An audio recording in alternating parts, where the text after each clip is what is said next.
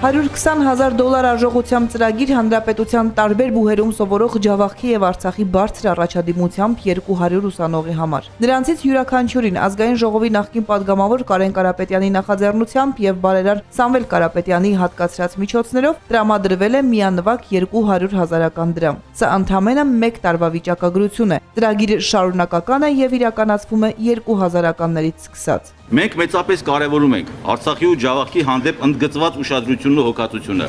ընդ որում ոչ միայն պետության, այլև բոլոր քաղաքացիներից կողմից։ Սերված լինելով մանկավարժների ընտանիքից, ավելին ինքն էլ աշխատանքային իր գործունեությունը սկսած լինելով մանկավարժի աշխատանքով, Կարեն Կարապետյանի համար յուրահատուկ տեղ ունի կրթության ոլորտը։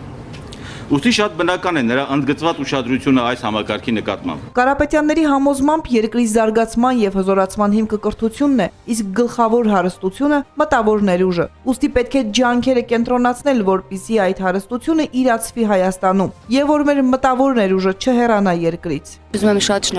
մեծ շնորհակալություն հայտնել Տաշիր բարեգործական հիմնադրամին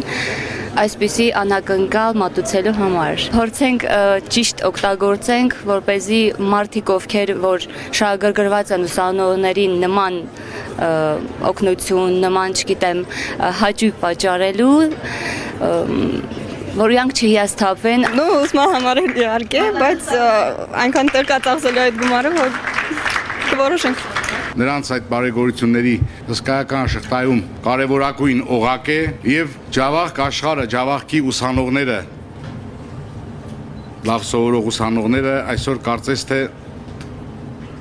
ավելին է այս գնահատականը, քան